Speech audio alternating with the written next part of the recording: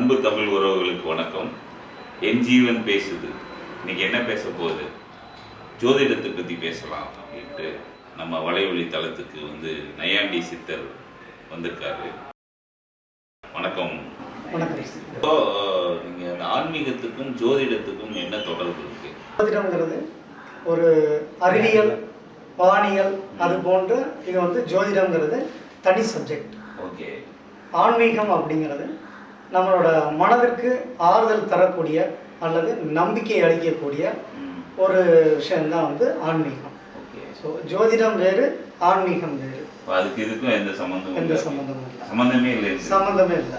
தொடர்பு இல்லைன்னா அப்புறம் இந்த ஜோதிடத்தில் பரிகாரம்ன்ற பேரில் நீ இந்த கோயிலில் போய் விளக்கு போடு, இந்த கோயிலில் போய் பரிகாரம் பண்ணு, இதுக்கு இவ்வளோ செலவு பண்ணு, இந்த இதில் போய் மொட்டையடி, இதில் காவடி தொட்டு, இப்படின்னு ஒவ்வொன்றுக்கும் கனெக்ட் பண்ணி தானே சொல்கிறாங்க. நீங்கள் எப்படி நீங்கள் இல்லைன்னு சொல்கிறீங்க? இப்போ உலகத்தில் நம்ம சாமிகளே ஒரு லட்சக்கணக்கில் உருவாக்கி வச்சுருக்கோம். நம்ம உருவாக்குனது. ஆமாம், மனிதனால் உருவாக்கப்பட்டது தான் தெய்வம். ஸோ அப்போ அது உலகம் பூரா பரவி இருக்கு. நம்ம மட்டும் இல்லை. இந்து மதம்னா அதில் ஒரு லட்சம் சாமி இருக்கும். முஸ்லீமில் அது ஒரு தனியாக ஒரு சாமி கூட்டம் இருக்குது. ஏன்னா அவங்க தனித்தனி வழிபாடுகள் பண்ணுறாங்க. சன்னி முஸ்லீம், சியா முஸ்லீம் அப்படி அவங்க தனியாக நிறையா தெய்வங்கள் அவங்களும் உருவாக்கி வச்சுருக்காங்க. தெய்வங்கள் தனி, துணை தெய்வங்கள் வேறு வச்சுருப்பாங்க. அது மாதிரி கிறிஸ்துவ மதத்துலேயும் அவங்க நம்ம இயேசுநாதரை கும்பிட்றது, மற்ற பிற துணை விஷயங்கள் நிறைய இருக்குது. அது மாதிரி நிறைய இருக்குது. அதனால் ஜோதிடம் தனி, ஆன்மீகம் தனி தான். ஜோதிடத்தில் உண்மை எந்த அளவுக்கு இருக்கு, பொய் எந்த அளவுக்கு இருக்கு, எப்படி கண்டுபிடிக்கிறது? ஜோதிடத்தில் உண்மை அப்படிங்கிறது அந்த ஜோதிடரோட நாலேஜை பொறுத்து தான். ஜோதிடம்ங்கிறது அது விரிவான ஒரு கல்வி தான். அந்த ஜோதிட சாஸ்திரத்தை முழுமையாக படித்தாதான் ஓரளவுக்கு அதுக்கு ஒரு அனுபவம் வேணும். ஒரு 20 வருஷம் 30 வருஷம் எக்ஸ்பீரியன்ஸ் இருந்தால் தான் அவங்களால அதை கொஞ்சம் ப்ரிடிக்ட் பண்ணுறதுல ஒரு 90% வரைக்கும் வர முடியும். 100%ங்கிறது யாருனாலையும் அக்யூரேட்டாக நம்ம கணிக்க முடியாது. இப்போ யாருனாலையும் முடியாது. அதுக்கு யாருமே இன்னும் வரல. அந்த நிலைக்கு வாரது அதுக்குள்ள அனுபவம் வயதாயிரும். அதுக்கடுத்து அதை குறிப்பாக எழுதி வச்சுட்டு போயிடுறாங்க. இம்ப்ரூவைஸ் பண்ணிக்கிறதா எல்லா தொழிலையும் இருக்க மாதிரி தான். அந்த அளவுக்கு கரகண்ட ஒரு ஜோதிடர் இன்னும் வரல இந்த உலகத்தில். நீங்கள் ஒத்துக்கிறீங்க, கரெக்டா? ஆமாம். இப்போ மருத்துவத்தில் இருக்காங்க, எல்லாருக்குமே ஆப்ரேஷன் பண்ணுறாங்கன்னா எல்லாருக்கும் சக்ஸஸ் ஆகுறதில்ல. அது மாதிரி மனிதனால முடிஞ்ச அளவுக்கு ட்ரை பண்ணுறாங்க. அதனால அந்த அவங்கவுங்க இதை பொறுத்து தான் வெற்றிங்க. ஓரளவுக்கு தான் படித்து இன்னும் கண்டுபிடிக்கிறது இன்னும் நிறைய இருக்குன்னு சொல்ல வரீங்க. ஆமாம், ஒரு கால்குலேஷன் தான். இந்த தேதி, இந்த டைம், இந்த மாதத்தில் பிறந்திருந்தா இவங்க வாழ்க்கை இப்படியெல்லாம் இருக்கும் அப்படிங்கிறத ஒரு கண்டுபிடிக்கிறதுக்கான ஒரு சின்ன ஒரு கணிதம் தான். இதை வச்சு பெரிய அளவில் வியாபாரம் பண்ணுறாங்களே, அதெல்லாம் கண்டிக்கத்தக்கதா இல்லையா? நம்ம வியாபாரத்துக்கு காரணம் மக்கள் தான். மக்கள் ஆசைப்படுறாங்க. முதல்ல ஜோதிடராக கடவுள் மாதிரி நினைக்கிறாங்க. அது சராசரி மனுஷன் அப்படிங்கிறத அவங்க உணரணும். அவங்களால ப்ரெடிக்ட் பண்ணி சொல்ல தான் முடியும். அவங்களால வாழ்க்கையை மாற்றிடவே முடியாது. அப்போ இவங்களாம் நினச்சி ஜோசியர் சொல்லி இந்த கோயிலுக்கு போயிட்டா நமக்கு இவ்வளோ பணம் கிடச்சிரும், கடன் அடைச்சிடலாம், அந்த நோயிலேருந்து தீர்ந்துடலாம், எதிரி மட்டும் போடுவேன் அப்படிங்கிற நம்பிக்கையே தான் அது. ஆனால் அது ரியாலிட்டி இல்லை. ஒரு கைட் பண்ணுறாங்க. நான் என்ன நினைக்கிறேன்னா, அது இல்லாமல் அது கொஞ்சம் கூட மனசாட்சி இல்லாமல் செய்கிற மாதிரியான வேலைகள்லாம் நிறைய இருக்குது. எல்லா தொழிலையும் இருக்கிறது தான். ஆமாம், தொழில் தான். ஒரு கல்வியை கற்கிறோம், அந்த கல்வி வருமானத்துக்கான ஒரு தொழில் தான் அவங்க பண்ண முடியும். ஏன்னா அவனுக்கு ஒரு குடும்பம் இருக்கும், அவங்க சம்பாரிச்சு கொடுக்க வேண்டிய கட்டாயங்கிறது இருக்கும். ஒரு ப்ராக்டிக்கலாக பேசணும்னா அதுதான்.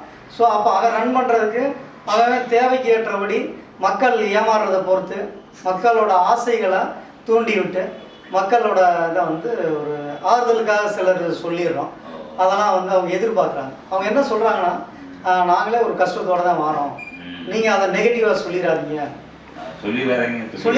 சொல்லிடுறாங்க. இப்போ நிறைய வீடியோ பார்க்குறாங்க, ஜோதிட வீடியோ பார்த்து அவங்களே மினி ஜோசியர் மாதிரி ஆயிடுறாங்க. ஸோ இப்போ அவங்க ஒவ்வொருத்தரும் ஆமாம், இப்போ டாக்டருக்கே நிறையா சொல்கிறாங்க. ஆமாம், அது மாதிரி இப்போ நிறையா முதல்ல பத்திரிகைகளில் பார்த்தீங்கன்னா தினத்தந்திலாம் இந்த டீ கடைகளில் இருக்கும்.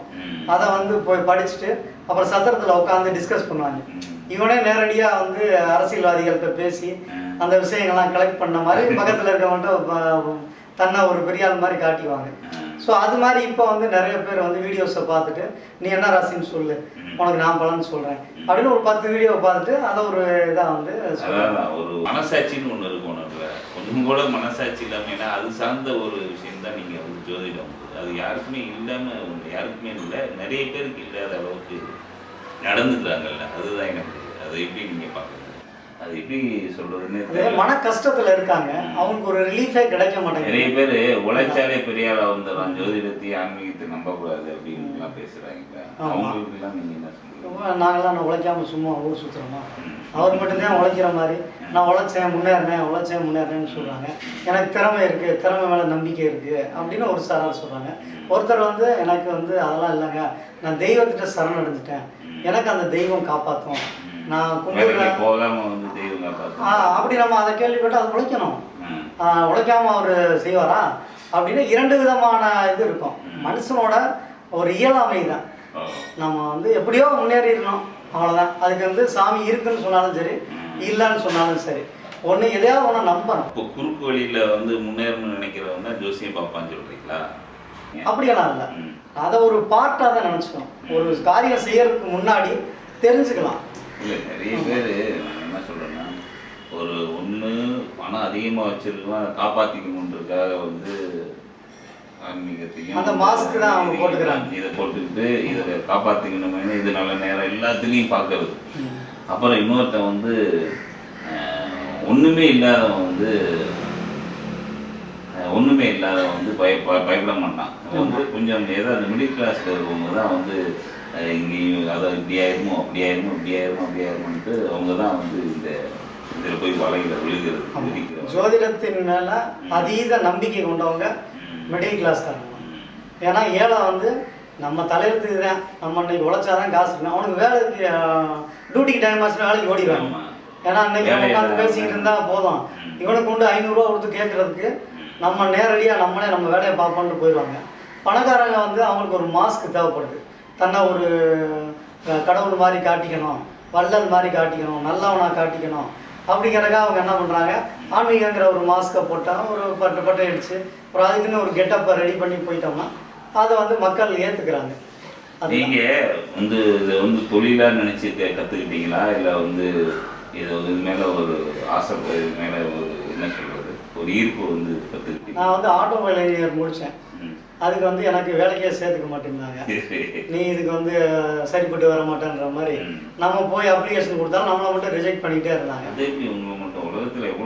அதுதான் அது ஏன் அப்படின்னு ஒரு கேள்வி இருக்கும் எல்லாருக்குமே.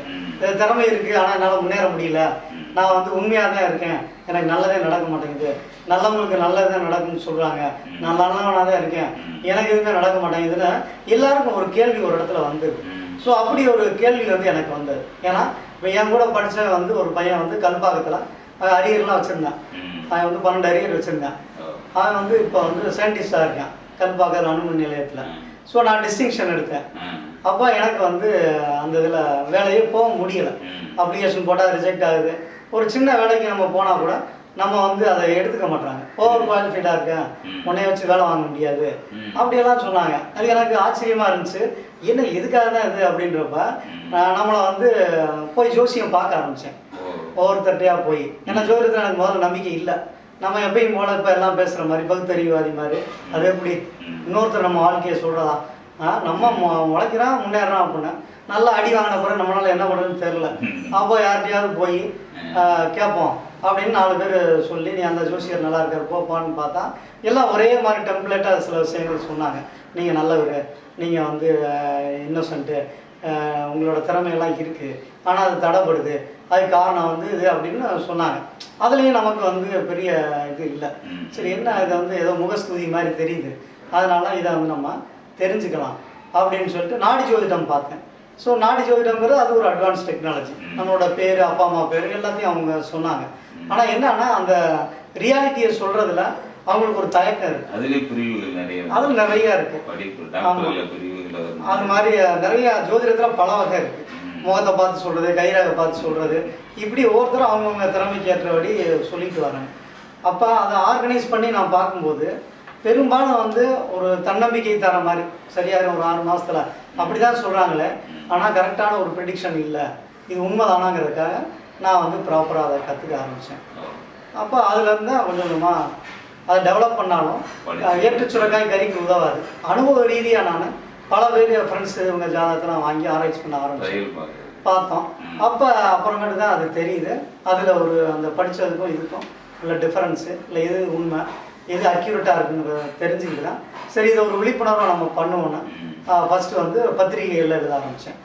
இப்போது எல்லா ஜாதகக்காரங்களுமே சரியான நேரத்தில் பிறந்த நேரத்தை சரியாக தான் பதிவு பண்ணி இந்த ஜாதகம் எழுதப்பட்டிருக்கும்னு நீங்கள் நம்புறீங்களா?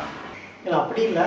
இது வந்து ஒரு கடிதங்கிறதுனால அவங்க என்ன டேட்டா பர்த் டைம் கொடுக்குறாங்களோ அதில் நம்ம கணிக்கிறோம். இப்போ டாக்டர் வந்து கொஞ்சம் லேட்டாக கூட சொல்லலாம், வாட்ச் லேட்டாக ஓடலாம், அந்த மாதிரி நேரத்தில் லக்னம் மாறி மாதிரி இருக்கும்.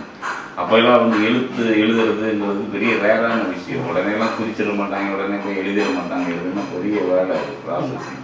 அதனால் எப்படி நம்புறதுன்னு எனக்கு கொஞ்சம் அது அந்த நம்பகத்தன்மை வரணும்னா நம்ம ஜோதிடத்தில் பலன்கள் சொல்லும் போது தான் அதில் வாரத பொருந்துதான்னு பார்க்கணும். இப்போ ஒரு ராசி அப்படின்னா ஒரு கேரக்டர் இருக்கும், அவங்க அந்த லக்னத்தில் வேற கிரகங்கள் இருக்கும், அவங்க கேரக்டர் நம்ம சொல்லுவோம். ஸோ இது மேட்ச் ஆகுது, இந்தந்த வருஷம் உங்களுக்கு எப்படி நடந்துச்சு அப்படிங்கிறத நம்ம சொல்லும்போது ஆமாம் இந்த இயர் எனக்கு எக்ஸாம் எழுதுற மாதிரி தான் அப்படிங்கிறத அவங்க தெரிஞ்சு நம்ம அதுக்கப்புறம் தான் அதை விரிவாக நம்ம பார்க்க முடியும். முன்னாடி தெரியுமா இந்த டயத்தில் இருந்தது தெரிஞ்சுக்கிட்டு இருந்தார் அப்படின்னு சொன்னாங்க. ஆமாம், ஜோதிடங்கிறது இந்த தேதியில் இன்னாருக்கு பிள்ளையாக பிறக்கணும், இந்த மாதிரி படித்து வளரணும், இந்த மாதிரி ஆளை கல்யாணம் பண்ணணும், இந்த தொழில் செய்யணும், இந்த நோய் வந்து இந்த காலகட்டத்தில் இறந்து போகணுங்கிறத நம்மளால் கணிக்க முடியும். ஸோ அவர் கண்டிப்பாக கணிதா வந்து எனக்கு தெரிஞ்சு வேறு எந்த வேலைக்கும் போக மாட்டானே. நம்மளுக்கு நேரம் வந்து இப்படிதான் இருக்குது அப்படின்னா அதுதான் அந்த ஒரு மனக்குழப்பங்கிறது வந்து எல்லாருக்கும் ஏற்படாது. நம்ம வேலை இல்லாதவங்க தான் கண்டபடி இதெல்லாம் உட்காந்து டிஸ்கஸ் பண்ணிக்கிட்டே இருப்பாங்க. டியூட்டிக்கு வேலைக்கு போகிறவன் வந்து இப்படி இருக்கு அந்த டைம், அப்போ நான் என்ன செய்யணும், வீடு கட்டணுமா கட்டக்கூடாதா? அந்த மாதிரி அவருக்கு தெரியாத அஸ்ட்ராலஜி கிடையாது. அவ்வளோ நீங்கள் சொன்ன அவ்வளோ இதெல்லாம் பேசுவார், நிறைய சேனல்லாம் பேசிட்டு பார்த்துருக்கோம். அவரே எப்படி அதை கண்டுபிடிக்க முடியாம போச்சா இல்லை வந்து எப்படி? இல்லை, மனிதனால தெரிஞ்சுக்க தான் முடியும். அந்த உயிரை அவர் எப்படி பிடிச்சி வைக்க முடியும்? அதுக்கெல்லாம் வாய்ப்பே கிடையாது. தெரிஞ்சுக்கிட்டு அதை பற்றி வந்து சொல்லதான் முடியும். ஆமாம், அது தெரிஞ்சுக்கணும். சிலருக்கு வந்து ஒரு பயம் இருக்கும், எங்கே நம்ம ஜோதிடத்தை தெரிஞ்சுக்கிட்டோம்னா நம்ம தொழிலில் முன்னேற முடியாதோ, அல்லது வந்து நான் பயந்துருவேன், எனக்கு அடுத்த கட்டம் தெரியாது, இப்படி நினைக்கிற மனநிலை தெரிஞ்சு பயந்தோம்னா அந்த இடத்துக்கு போக மாட்டோம் அப்படியெல்லாம் நினைச்சு அதை வந்து அப்படி ஒரு தாட்ஸ்ல பாக்குறாங்க.